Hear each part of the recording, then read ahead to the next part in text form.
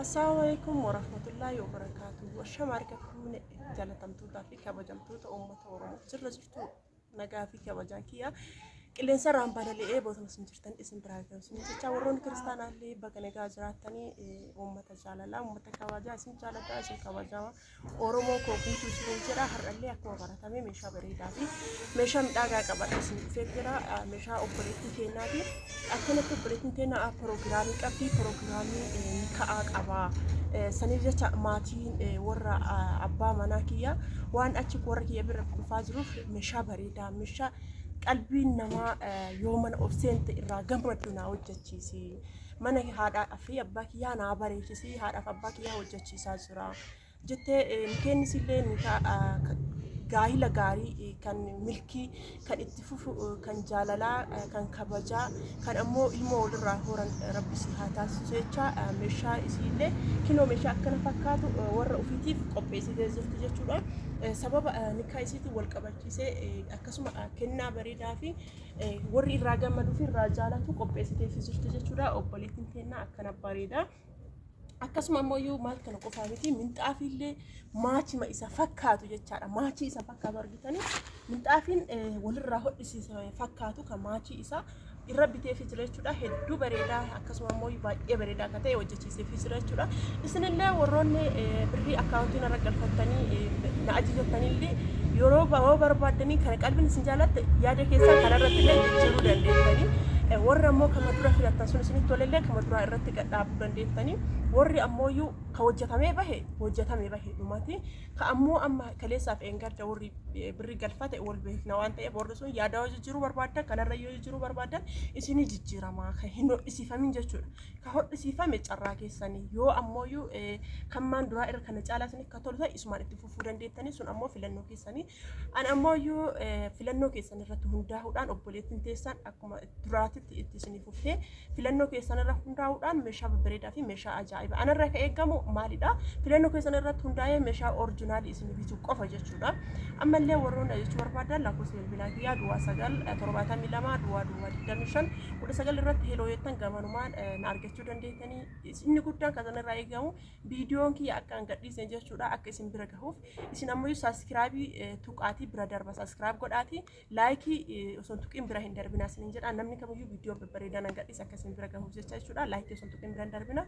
akkasuma ammoo warroonni hiriyoota teessan jaalattan viidiyoo babbareedaa kanneen hiriyoota teessan jaalatan saniif akka kennaatitti kennaaf isiniin jira warri jarra ammoo anarraa dhufanii haa bitatanii meeshaa babbareedaa fi meeshaa orijinaalii kana jechuudha dhugaa dubbachuuf meeshaa kwaalitii isin bita jechuudha meeshaan kamiyyuu darajaa 3 qaba isiniin jedhee jira fakkeenyaaf minxaafii kana olaallee minxaafiin kun haga darajaa hedduutiin jira darajaa 4tiin jira jechuudha minxaafiin lallaafaan harkan nama laafu tokko yeroo miiccanillee yoosuu fedhi ta'a jechuudha minxaafii orijinaalii miti maqaan isaa turkima jedhame ka biyya turkimaa dhufee yeroo galan harka qabatanii biyya gara wanni ittiin galchan wayiitu jiraadhaan inni sun minxaafii foorjiidha deebi'amee kan itti qaraxamee waa hundi ulaagaalee isaa eeggatee galu minxaafii kana jechuudha minxaafiin kun baay'een orijinaalidha naggaadee tokko tuyyuu qabata naggaadee marti hin qabatu naggaadeen kun waan minxaafii akkan harkaan qabanillee argitanii namaan laafu tokko jira ammallee jiddu galeessa lammaffaa kanaatu jira sadaffaan suffaata akka malee laafaayyuu birrii kuma jahanatti fakkaate lammaffaan sunillee birrii 700 moo 700 fi 500 akkamii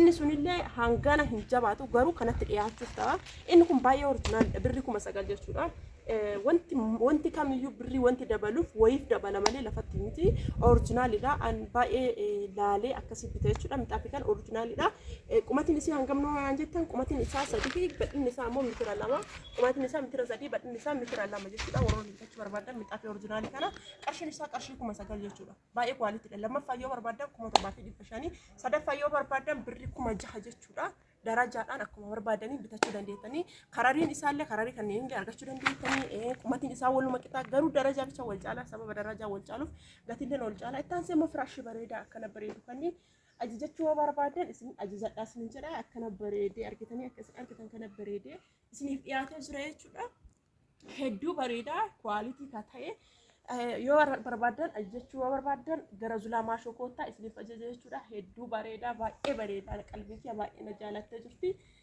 meeshaa hundaayyuu waan ofii kiyyaa maratee bituuf jecha hin jaaladha. Meeshaan hunduu natti tola jechuudha. Keessattuu yoo maamilli kiyya jaalatee maamilli kiyya irraa gammade hagana kan jedhame na gammachiisa. Osuma jaaladhee bituuyyuu firaashiin kunii fi Arabiyaa majlisiin eengadde gadhiisa waan hagas jaaladhee numaa hin qabu dhugaa dubbachuuf jechuudha. Arabiyaa majlisii eengadde kaleessa gadhiisa san hin argatanii diimaa san wanta hagasiitii fi firaashii kanaa jaaladhee hin jiru firaashota keessaa fi Arabiyaa majlisoota keessaa firaashiin kun maaliin jaaladhee jettaa akkaataan hojjechiifame isaatii fi carqin isaa tokko garuu kan jaaladhen diizaayiniidha. Diizaayinii kana argitanii diizaayinii kana jaaladhe diizaayinii kana kun akkanatti diizaayinii isaa kun kuwwan akkatti hojjedhu san argitanii jidduu kana keessatti adiidha gama gaman irratti yookaan bulee yookaan diimaa ta'a. Kun ammoo akkanuma waxxii ta'ee ga'ee gubbaa irratti bulee ta'ee gara asiin adii ta'e.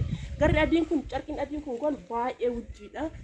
Osoo kana bichaadhaan hojjetame gatiin isaa hin qannasaayyuu garuuyyuu akkasitti hin bareedu waan hin beektanii maamiltoonni keenya hin bareedu akkasitti. Caafin isaa kun shubbo ka ta'u sunillee gatiin isaa hin qannasa hin dogongorina is dogongortanii birriin hin qannasa jettanii isa san hin bitatina akka caafin isaa kun shubbo yaa'aa tokko ta'e san isa san dogongortanii hin bitatina isinin jedha birrii muraasa isin qannaftu saniif jettanii yookaan birrii shantaa qannasa yookaan birrii muraasa qannasa birrii saniif jettanii isa san hin bitina kana dogongortanii caafin isaa kun ka engadda isin hojjechiisa sun sunii fi kunuyyuu garagara maal isin jedha engadda carqii shufunni tokko dha jechuudha shufunni sanillee irra isin gadhiisan jiru shufunni suuqin kana jechuudha yoo barbaade shufunni kana illee hojjetama yoo barbaade ammoo kan kadeessa viidiyoo engadda diimaa sana irra gadhiisan illee hojjetama hunduu tokkoma baay'ee bareeda jechuudha inni hedduu bareechisu yeroo sarara kana argitanii sarara gubbarra galu kana isa kanaa fi adii kana jechuudha kamiyyuu ka bareechisu garaan isaa keessa isboonjidha. Argitanii garaan isaa keessa isboonjidha. Obboleettiin teenan ajajattan isboonjii osoo hin taane noormaali saniin ajajatte jechuudha. Isin garuu diizaayinii isin ajajatan diizaayinii kana ani garuuyyuu erga diizaayinii sana isin ajajate kan isboonjii garaa keessatti galchee fi isa kana ammoo bareechisee akkanatti tolcheef argitanii kan isii ammoo adii waxxiidha kan isin ajajate an kanaan tolcheef jechuudha. Baay'ee bareeda diizaayinii kana filattee obboleettiin teenan diizaayinii kana jaalatte obboleeyyan ofii biyya keessattuu ergitee akkasin nama hedduu wal maraachisiisanii wal filachiisanii isa kanaan filatte jechuudha. Hedduu bareedaa bareedee sii qophaa'ee jira jechuudha. Proogiraamiin kan kee proogiraamii milkii siifaa ta'u siin jedha. Obboleetti yaa kan obboleeyyan kan kee biraallee itti siif waamu haa ta'u siin jedha. Ka gammachuu siifaa ta'u. Akkasuma ammoo meeshaan keellee akkana bareedee si dhiyaatee jira. Manni maatii kan keetii hin bareeda. Maatiin kan kee gammachuudhaan du'aayiidhaan gaa'ila milkii akkasiif ta'u si gaggeessan siin jedha. Akkana bareedee si dhiyaatee jira. Hin jaallatanii abdii qabsiisaa qaba.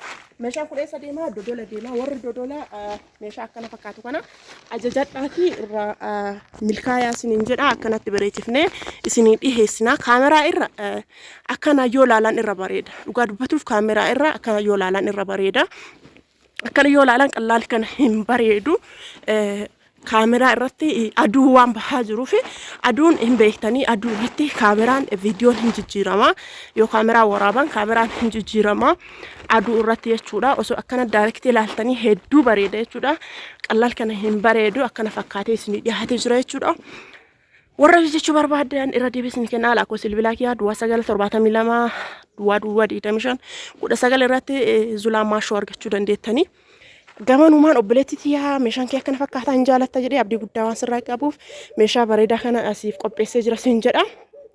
Asiin ammoo firaashii akkana asiin qaxxitaa san godhe isin ammoo yoo maal gochuu qabdi sarara kana keessa argitanii daarii kanarra akkana yoo achi goote bakka minxaafiin tun jidduu keessatti baqeedha jechuudha. Firaashii afuriif geettee jirti jechuudha walumaa galatti bakkuma akkumaan firaashii kana irra as deebisee kaa'etti mana keessa isii san akkas as deebisee keessatti namni ammoo jidduu kana keessa taa'a. Osoo sufuraa qabaatee fa'a sufuraa nyaataa wanta gana bareedu hin jiru jechuudha. Arabiyaa majlisii ta'anii injira jechuudha. Maashaallah baay'ee bareeda. Majlisii salphaachisa osoo jidduu kana keessa sufuraan jiraate. Akkasuma teebilii xiqqoo wayii xaalli godhanii hababaa uumama irra kaa'anii baay'ee bareeda jechuudha. Warroonni meeshaan biraa qabdan meeshaan keessan isiniin baanee obsaan eeggadha isiniin jedha. Meeshaan keessan waluma duraa duubaan isiniif bahaa jira waan ta'eef obsaan eeggadha isiniin jedha. Kan akka Aashaa caaltuu kunniin obsaan eeggadha isiniin jedha. Uummata qaqqaalii meeshaan keessan isiniif xumuramaa jira. Kan xumuramee wanti muraasni na hafullee waan jiruuf jecha obsaan eeggadha isiniin jedha. Nagaatti horaa bulaa viidiyoo kana subscribe fi like gochuun irraanfatinaa isiniin jedha. Uummata Oromoo akkuma dura jajjabeessitanii isin dhageettan ammallee hanga wajjin haga xumuraatti fuftan abdii guddaa isin irraa qaba isin jaalladha. Nagaatti.